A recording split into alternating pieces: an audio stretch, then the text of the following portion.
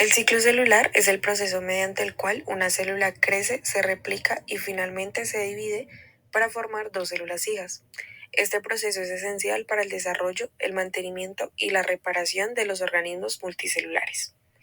Este se divide en varias fases que son la interfase, que es la fase más larga del ciclo celular, que consta de la G1, S y la G2, y finalmente la mitosis. El uso de la citometría de flujo para el seguimiento del ciclo celular es un método rápido para estudiar los atributos de las poblaciones celulares. Los métodos comúnmente aplicados se basan en el análisis univariante del contenido de ADN celular tras la tinción con colorantes fluorescentes de unión al ADN. Entre estos colorantes, el yoduro de propidio y el DAPI se utilizan comúnmente por su capacidad de unirse cuantitativamente al ADN. Por lo tanto, la medición de su intensidad de fluorescencia permite la resolución de todas las fases del ciclo celular.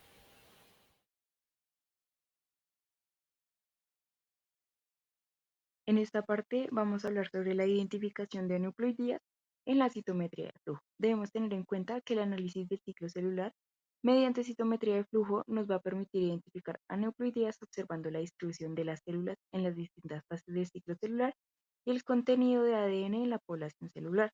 Las células aneuploides suelen presentar características diferentes a las de las células diploides normales. También las células diploides en una población celular normal tienen un contenido de ADN estándar que forma un pico único en el histograma de citometría de flujo, en la fase G1 con una intensidad de fluorescencia baja, y las células en la fase G2 o M se duplican ese contenido de ADN y esto se observa como dos picos simétricos en el histograma. En aneuploidías tenemos que las células con aneuploidía tienen un contenido de ADN alterado, lo que se refleja en un patrón anómalo en el histograma. Se puede evidenciar un pico adicional o desplazado en lugar de un solo pico en G1. Las células aneuploides pueden mostrar un pico desplazado adicional en el histograma y esto refleja la cantidad normal de ADN presente en esta célula. Cuando se observa un pico más pequeño e intercalado, en algunos casos de aneuploidía, pues las células pueden tener un contenido de ADN intermedio entre G1 y G2, lo que va a reflejar una distribución irregular del ADN durante la fase S o un bloqueo en las fases G1 o G2. Ahora vamos a hablar de las euploidías. Entonces, ya para comenzar con qué es la euploidía, pues este es un término que se refiere a un número normal y equilibrado de cromosomas en una célula.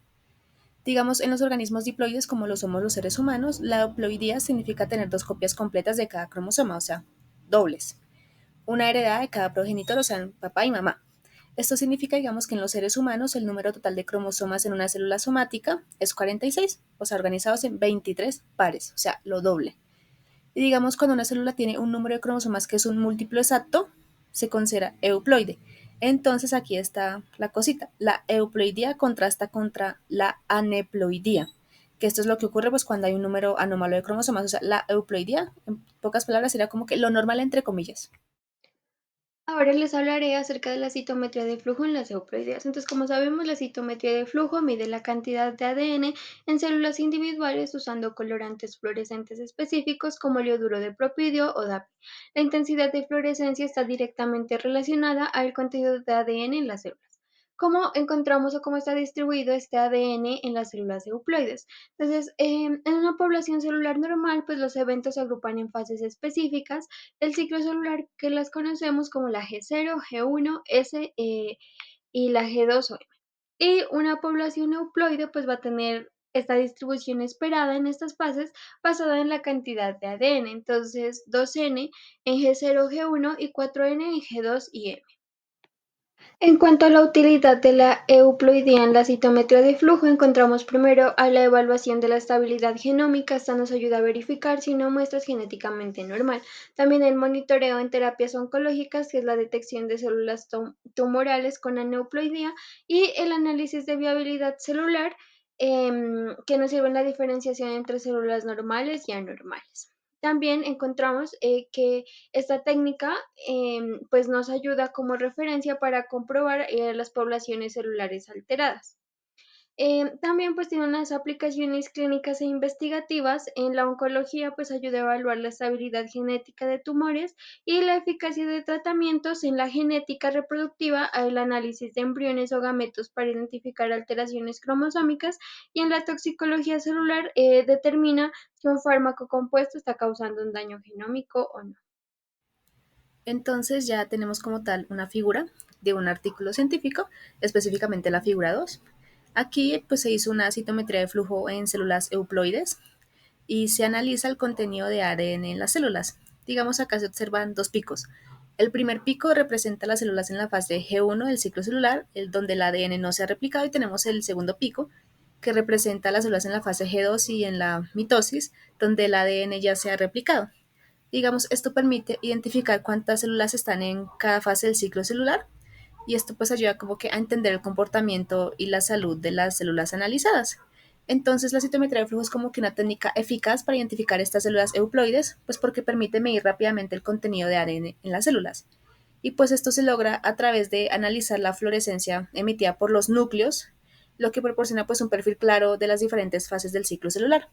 Además, pues como ya hemos sabido a lo largo del semestre, pues es eficiente, es menos laboriosa que otros métodos tradicionales, como el conteo de cromosomas en metafase, y también facilita la determinación del nivel de ploidía, que también es de lo que habla este artículo. Finalmente hablaremos de las hiperdiploidías. Es el aumento en el número de cromosomas respecto al complemento diploide normal, es decir, es la presencia en el cariotipo de 47 a 65 cromosomas. Según artículos, este cariotipo es descrito entre el 23 al 42% de las leucemias linfoblásticas recién diagnosticadas. Y en la citometría de flujo, estas células hiperdiploides pueden presentarse como un desplazamiento en el pico de G0, G1 hacia valores mayores de fluorescencia. Para hacer el análisis e interpretación, las células son clasificadas según la cantidad de ADN que tengan en las diferentes fases del ciclo celular. La población G0 y G1 será una población diploide normal, o sea, 2N. En la fase S las células estarán en replicación, y en la fase G2 y en la fase M la población tendrá ADN replicado, o sea, 4N. Para identificar la hiperploidía es necesario hacer el análisis de alteraciones en el ciclo y mirar cómo esto afecta la proliferación celular en fases específicas. Con respecto a la interpretación de resultados, un incremento en la cantidad del ADN puede indicar ya sea aneuploidía, que es la presencia de un número anómalo de cromosomas, o poliploidía, que es la multiplicación del número completo de cromosomas, por ejemplo 3N, 4N. Por todo esto es necesario calcular el índice de ploidía, IP, que este será la relación entre el contenido del ADN de las células anormales y las células normales diploides. El índice de ploidía se calcula de la siguiente manera. Se toma la fluorescencia del pico anómalo y este se dividirá en la fluorescencia del pico diploide. Si el resultado es mayor a 1, indica hiperploidía. Dentro de la importancia en la citometría de flujo, podemos destacar que sirve como un marcador de anormalidades genéticas, ya que va a indicar alteraciones genómicas frecuentes en ciertas enfermedades como las leucemias agudas linfoblásticas, especialmente en niños, y esto se va a asociar con un pronóstico favorable en algunos casos, o algunos tumores sólidos en otros cánceres van a indicar la inestabilidad cromosómica y la agresividad tumoral. Otro de los aspectos importantes son los estudios del ciclo celular y proliferación, ya que va a permitir realizar un análisis de alteraciones en el ciclo y cómo estos pueden afectar la proliferación celular en fases específicas. Y por último, en la monitorización de tratamientos, ya que va a permitir evaluar la eficacia de terapias que van a corregir o eliminar células que van a tener las aberraciones cromosómicas.